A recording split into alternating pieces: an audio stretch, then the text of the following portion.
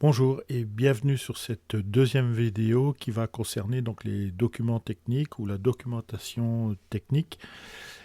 Après la première vidéo donc, où on a vu un peu les bases et l'intérêt de créer une documentation technique dans une entreprise et plus spécialement dans une entreprise industrielle, quoique on retrouve pas mal d'informations concernant aussi des entreprises même de services. Sur cette deuxième vidéo, nous allons aborder un critère très important qui va nous donner en fait une information fondamentale dans la gestion de l'entreprise, aussi bien pour la comptabilité que pour les gens qui s'occupent de processus de production. Et donc cela va concerner donc la valeur du temps. Donc nous voilà donc sur cette deuxième partie, donc deux données principales de la gestion de flux. Et nous allons voir un peu les indicateurs et pourquoi utiliser cet indicateur de temps dont on a parlé tout à l'heure. Alors ici, j'ai pris une photo pour montrer un peu le processus de production d'une voiture, donc qui est l'industrie la plus importante en termes de process de mécanique, puisque en fait il est relativement complexe et comporte pas mal de pièces. On aurait pu prendre la construction d'un avion ou d'un autre engin, si vous voulez, de mobile. Alors ici, donc, on voit sur la photo donc, la progression en fait, du processus. Et en fait, cette progression est déterminée par le temps mis pour chaque opération afin d'obtenir le résultat final. Et donc, on a une progression du flux de production par en fait des intervalles de temps pour chaque tâche que représentent les opérations à effectuer pour obtenir le résultat final. Alors, ce que l'on doit faire, c'est en fait observer les différentes tâches et les données associées à ces différentes tâches pour identifier donc le flux de production le plus précisément possible. Plus nous serons précis et plus nous aurons de valeurs, comment dirais-je, précises mais cumulables. C'est-à-dire que lorsqu'on va cumuler les valeurs, plus on sera précis et moins on aura d'erreurs, puisque les erreurs se cumuleraient donc sur les données numéro 1, numéro 2, numéro 3, etc. etc. D'accord ? Alors, elles rendent compte, donc cet ensemble va rendre compte de l'état du flux. Alors, ici j'ai mis données, donc nous, ce qui nous intéresse évidemment aujourd'hui, c'est le temps, mais toutes les données qui se réfèrent au processus vont être intégrées dans un document. Okay, donc aujourd'hui, ce que j'ai pris comme base, c'est donc la variable temps, mais il en existe d'autres qui sont aussi importantes et qui peuvent donner des informations sur cette valeur de temps, comme par exemple la qualité que l'on doit mettre pour produire. Donc si j'ai une qualité plus élevée, évidemment, je vais passer plus de temps.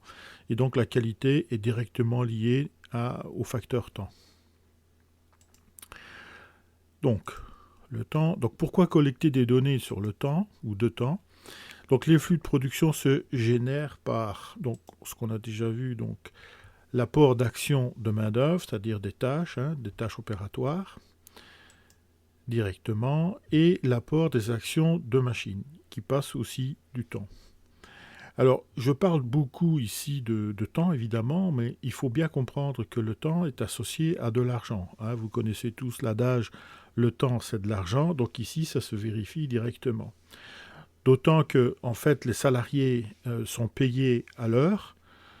Pour la plupart, certains sont payés au forfait, comme les employés ou les cadres, par exemple, mais les ouvriers, en fait, qui réalisent les produits sont généralement payés à l'heure. Donc cet ensemble va donner les coûts, comme je viens de le donner, et on va mesurer donc les temps passés à réaliser les différentes tâches. Donc l'importance du suivi des heures de travail, c'est-à-dire que, évidemment, que les heures de travail ne se passent pas toujours bien. Donc il existe évidemment des problèmes. Et donc, d'une journée à l'autre, d'une semaine à l'autre, ou d'un mois à l'autre, il peut se passer tout un tas d'événements. Donc c'est les fameuses données dont je parlais tout à l'heure, dont il faudra tenir compte et qui vont influencer donc le fameux temps passé pour réaliser ces différentes tâches. Donc si par exemple il y a des ruptures de stock et donc il y a des cassures dans les approvisionnements, il est évident qu'on mettra plus de temps pour rechercher une solution par exemple. Et donc, ils font identifier le temps de production ou temps de valeur ajoutée, donc c'est-à-dire où on apporte de la valeur aux yeux du client, c'est-à-dire que le produit pour le client potentiel aurait plus de valeur parce qu'on a apporté quelque chose qui lui servirait à quelque chose, mais il faudra tenir compte aussi des temps passés pour rechercher des solutions et des fois même pour constater un problème. C'est ce qu'on voit avec le temps passé pour la qualité. Donc, importance du suivi des heures de travail, de la main-d'œuvre, donc paiement des salaires, c'est ce que j'ai dit. Alors, en ce qui concerne les machines, on va plutôt parler d'amortissement, c'est-à-dire du remboursement de l'investissement. Alors ici, c'est une notion qui est un peu particulière dans le sens où elle diffère entre les comptables et les gens qui s'occupent de processus de production. Pour les comptables, le remplacement d'une machine est considéré comme un investissement. Pour le processus de production, le remplacement d'une machine est une opération tout à fait courante et qui est directement liée à l'amortissement, c'est-à-dire au fameux remboursement de l'investissement. Donc quand on remplace une machine par une autre, on ne crée pas d'investissement, c'est-à-dire qu'on n'augmente pas le capital de l'entreprise, on fait que remplacer l'existant. Donc ça, c'est disons, une façon de voir d'un service à un autre, mais ça peut créer quelquefois des malentendus sur la comptabilisation en fait des temps et qui vont directement être liés à l'amortissement des machines. Alors, les indicateurs, donc le temps de main-d'œuvre qu'on va utiliser, donc c'est ce que j'ai dit tout à l'heure, donc le temps de cycle de travail, donc c'est ce qu'on retrouve le plus souvent dans les annotations de la documentation technique. On va avoir donc les temps machines, et alors c'est aussi, on peut appeler ça des temps de cycle de production de machines, évidemment. Donc il faut bien spécifier. Donc les temps d'action opérationnelle. Donc là, ça veut dire qu'on apporte de la valeur ajoutée. L'ouvrier fait quelque chose qui apporte d'une valeur supplémentaire dans le processus de production. Et le temps d'action non opérationnel, qui concerne en fait toutes les opérations de montage, voire de réparation, de maintenance, etc. Donc qui n'apporte pas une valeur au client. Dans le temps machine, on va retrouver donc le temps réel de production ou valeur ajoutée. Donc c'est ce que je disais. C'est valable également donc pour le temps de main-d'œuvre, comme je l'ai indiqué tout à l'heure. Alors les temps de maintenance, donc les temps d'arrêt programmés. Donc, alors il peut y en avoir de deux sortes, soit une maintenance programmée, soit une maintenance simplement de réparation, c'est-à-dire qu'on a constaté une panne et il faut réparer, disons, au plus vite. Donc encore une fois, ici, il faut être extrêmement précis pour bien distinguer les temps à valeur ajoutée et les temps qui ne le sont pas. Donc les temps de panne ou temps aléatoires, ce que j'ai indiqué précédemment. Alors, dans ce cadre toujours des indicateurs, donc le cas particulier, ce sont les stocks et les encours. Alors pourquoi ? Parce que les stocks et les encours, souvent, on va les calculer par dénombrement des quantités. C'est-à-dire qu'on va dire qu'il y a tant de pièces en stock. Ça va ? Alors pour nous, en termes de gestion, on ne va pas calculer ça en termes de quantité, mais on va plutôt les calculer en temps en fait de fabrication, en temps de main-d'œuvre. Pourquoi ? Parce que le stock, en fait, représente un temps de main-d'œuvre plus éventuellement un temps de machine, plus de la matière première transformée. Donc c'est ce qu'on appelle des encours dans ce cas-ci. Donc ça, c'est pour du stock qui est en encours. Mais même pour le stock qui va se trouver en produit fini, donc complètement terminé et disponible pour le client, ça va représenter un temps de fabrication. Donc le temps qu'on aura passé à produire du stock ne sert à rien, puisque même le client final ne peut pas en profiter, si vous voulez. Et donc pour l'entreprise, ce sera de l'argent qui sera immobilisé et qui ne lui sert à rien, parce que c'est du produit non vendu. Alors, pour l'incorporer dans le flux et le suivre son évolution, on sélectionne donc le temps total de réalisation. C'est ce que je viens d'expliquer avec le stock. Donc, à quoi ça va nous servir ? Ça sert, si le stock augmente, il y a un ralentissement de l'activité. Donc, c'est un indicateur, disons, secondaire, qui va nous indiquer, en fait, que la production va trop vite par rapport à la demande. Donc ici, on va se retrouver devant un problème. Alors, ce n'est pas l'objet de ces petits modules, mais en fait, le stock est considéré comme un tampon.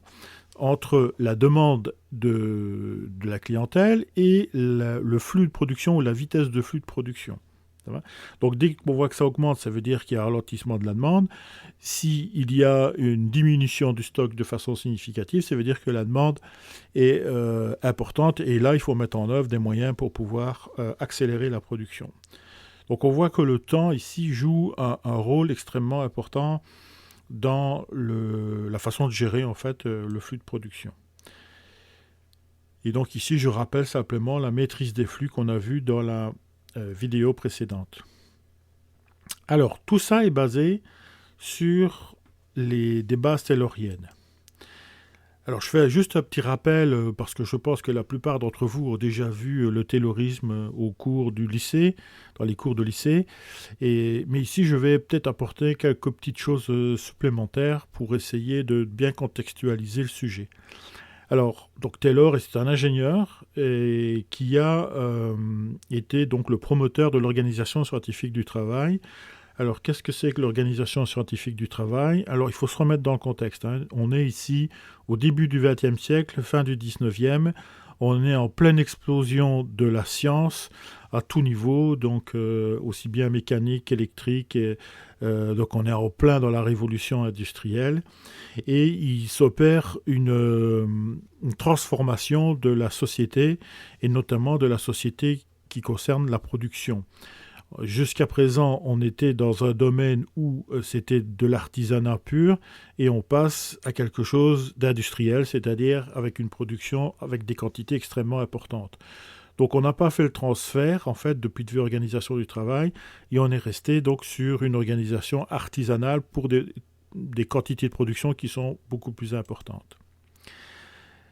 Et donc, notre ami Taylor, en fait, qui est le fils d'un pasteur, en fait, et qui a donc un système de valeurs, disons, qui est de l'époque, mais qui est assez, altruiste, trouve que, en fait, les salariés ne gagnent pas bien leur vie, ou qui pourraient gagner mieux leur vie, et les entrepreneurs pourraient aussi gagner plus d'argent.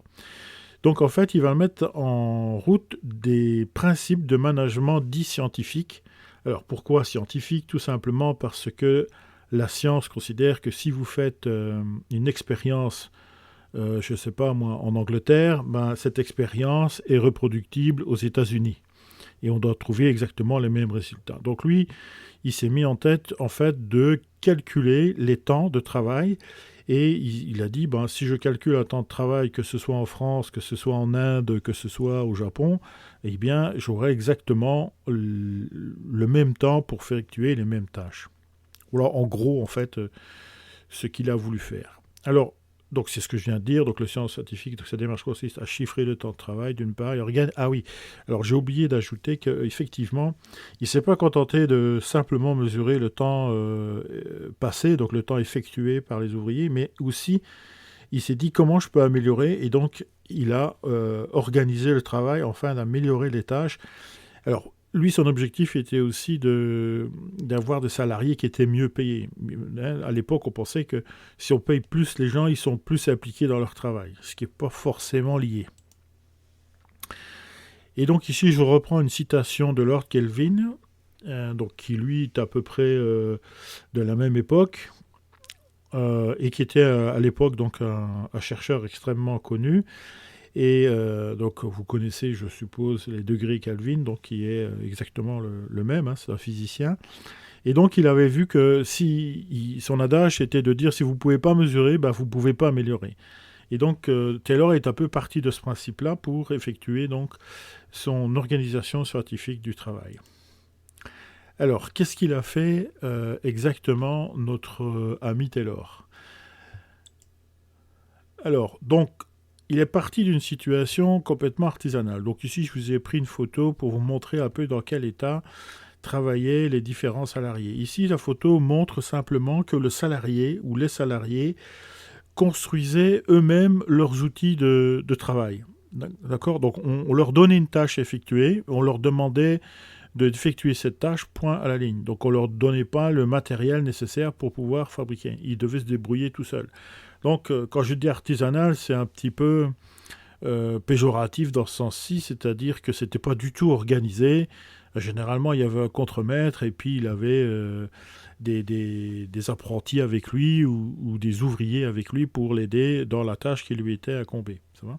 Donc on voit ici que les établis, par exemple, sont en bois et les gens ont trouvé une position pour pouvoir travailler, quoi. Mais c'est un petit peu... Rien n'est organisé, tout est fait un petit peu de manière complètement empirique. Et alors on est passé de ça à carrément, disons, la robotique, et on est passé à l'organisation scientifique du travail, et ensuite donc à la robotique ici dans ce cas-ci. Donc ici, l'image montre simplement que par l'organisation du travail, on est arrivé à performer de plus en plus et à construire d'autres processus de travail. Alors, donc, comme je le disais au début du XXe siècle, on est passé sur la motivation directement liée à l'argent. Donc ça, c'était l'homme au travail. Et petit à petit, donc, on a organisé le travail. Et ici, on voit dans la photo qu'en fait, ici, il y a des machines et il y a des postes de travail. Ici, ce sont dans une industrie textile.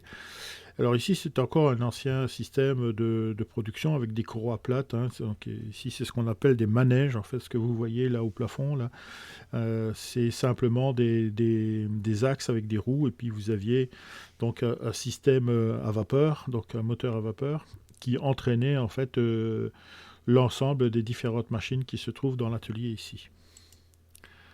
Voilà. Et donc, on avait à cette époque une rémunération à la production, c'est-à-dire à la quantité produite. Donc encore une fois, on a amélioré avec les équipements, cependant on est toujours resté sur la rémunération à la quantité produite. Et donc on est passé à l'organisation du travail, toujours par les ouvriers, mais sur des postes de travail qui étaient où il y avait beaucoup moins de liberté parce que les machines étaient de plus en plus complexes en fait. Alors, notre ami Taylor est parti de cette base et il a évoqué 4 principes. Donc, le premier, c'est que comme il n'y a pas d'organisation, il y a ce qu'il a appelé, lui, une flânerie systématique, c'est-à-dire que les gens allaient et venaient, travaillaient ou travaillaient pas, enfin, il n'y avait pas de surveillance, enfin, il n'y avait pas d'implication directe des salariés dans ce qu'ils avaient à faire, puisqu'ils étaient en fait payés au nombre de pièces qu'ils produisaient. Donc il a mis en place le fameux chronométrage, donc la mesure du temps. Il a mis en place également la sélection de l'ouvrier. Donc alors à l'époque, on parlait encore de force de travail, hein, c'est-à-dire que on va mettre des femmes et des enfants, parce qu'à l'époque, les enfants travaillaient sur des machines, sur des poids à transporter qui sont relativement faibles. Et donc, pour tout ce qui était charges lourdes, c'était des hommes et de plus en plus costauds, évidemment, par rapport aux charges qui étaient à manipuler. Et enfin, il a mis en place une maîtrise fonctionnelle. Alors, il faut distinguer parce qu'à l'origine, il y avait aussi une maîtrise, mais qui était plutôt une maîtrise d'organisation. Enfin, c'est même pas d'organisation, c'est une maîtrise qui gérait les commandes, si vous voulez, pour les ouvriers avec lesquels il travaillait. Donc c'est lui un peu le chef d'entreprise, une micro-chef d'entreprise, au sein même d'un atelier de fabrication. Donc il donnait le boulot aux autres, mais sans avoir, une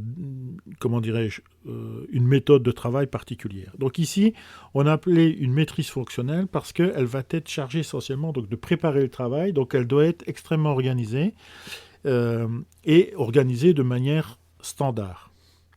Donc tout ce que je vous dis ici, c'est tout ce qui est encore d'actualité aujourd'hui. Donc vous allez retrouver la flânerie systématique, on n'appelle plus ça comme ça aujourd'hui, mais on va regarder les temps et le temps passé, surtout sur des chaînes de production extrêmement rapides, comme dans le textile par exemple. Hein. Donc là, on calcule, les temps de cycle de production sont calculés à la seconde, voire au dixième de seconde. Et donc, le temps que vous passez, je vais exagérer ici, mais bon, à vous gratter le nez, c'est du temps perdu, quoi. Donc, c'est considéré comme flânerie systématique. Donc, c'est pour vous montrer, en fait, que les principes de base de Taylor existent toujours aujourd'hui dans l'entreprise et qu'on peut aller parfois, même à mon sens, un petit peu trop loin dans cette étude de temps et dans le chronométrage. Alors ça, c'était pour les principes de base, donc pour son organisation générale. Et ici, donc, on va regarder un peu ce que Taylor préconisait pour faire le chronométrage. Mais encore une fois, les points qu'on va voir ici, ce sont des points qui existent toujours. Donc on est au XXIe siècle, donc un siècle et même plus après ce que Taylor a mis en place. Et ça n'a toujours pas bougé d'un iota. Ça va, donc ça reste toujours d'actualité. Alors ça a été aménagé, certes, mais les principes de base restent toujours valables. Alors, première opération, diviser le travail en temps élémentaire. Donc c'est transformation du système de paye à la journée en un système de paye horaire. Donc en fait, oui, alors les gens pouvaient être payés à l'époque soit à la journée, soit à la quantité produite, mais on était plus sur la quantité produite. Ça va ? Et donc là, on va passer de la quantité produite à un paiement horaire. Et donc, pour payer quelqu'un, il faut qu'il apporte de la valeur ajoutée. D'où vous retrouvez cette expression de flânerie systématique. Pour ce qui concerne la division du travail, on a toujours aujourd'hui cet état d'esprit, si vous voulez, de recherche de la finesse des tâches de travail. Plus on va en profondeur, et mieux théoriquement on cerne le travail, et mieux on peut l'améliorer. Rappelez-vous, pour améliorer, il faut mesurer. Alors, deuxième opération, on va identifier les gestes et les déplacements inutiles, les éliminer. Donc c'est ce qu'on appelle aussi des gaspillages. C'est ce que vous allez retrouver dans d'autres méthodes, disons, plus actuelles, comme le lean management, par exemple. Et vous allez retrouver exactement la même chose que cela. Ça va ? Et donc pour ça, il faut aller sur place, il faut aller auditer, il faut aller regarder. C'est ce qu'on appelle le Gemba Walk.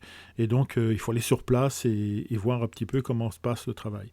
3. Donc analyser le travail des ouvriers les plus performants les uns après les autres pour chaque tâche. Donc en fait, ici, on va se servir de l'astuce ou des tours de main que pourraient avoir les ouvriers, et on va le diffuser. C'est ce qu'on retrouve également ici dans le 5S, par exemple, et la diffusion des bonnes pratiques. Ça va ? Donc ça qui est un élément extrêmement important et que l'on retrouve également dans le lean management. Alors 4, identifier les gestes élémentaires et enregistrer leur durée. Donc suite à la division du travail, donc on a regardé comment le travail pouvait être décomposé, on va encore plus loin et on va jusqu'à retrouver des gestes élémentaires. Alors vous allez comprendre pourquoi c'est important. Ça n'apparaît pas tout de suite comme ça après les 4 points que je viens d'évoquer, mais vous allez voir qu'après, ça a une grande importance pour la comptabilisation. Alors 5, donc cibler le pourcentage nécessaire additionné aux durées enregistrées pour combler les perturbations inévitables. Donc on a parlé tout à l'heure de panne, qui étaient des temps de valeur non ajoutée. Ici, en fait, ils font qu'on puisse les calculer, puisque on va par exemple regarder sur une journée de travail quel est le pourcentage perdu par les pannes. Et donc ça va donner une indication sur l'état des machines. Donc si les machines sont vraiment dans un état pitoyable, soit elles ne sont pas entretenues correctement, soit elles sont obsolètes. Et donc, il faut les changer. Et donc, on retourne à ce qu'on a vu tout à l'heure, c'est-à-dire l'amortissement.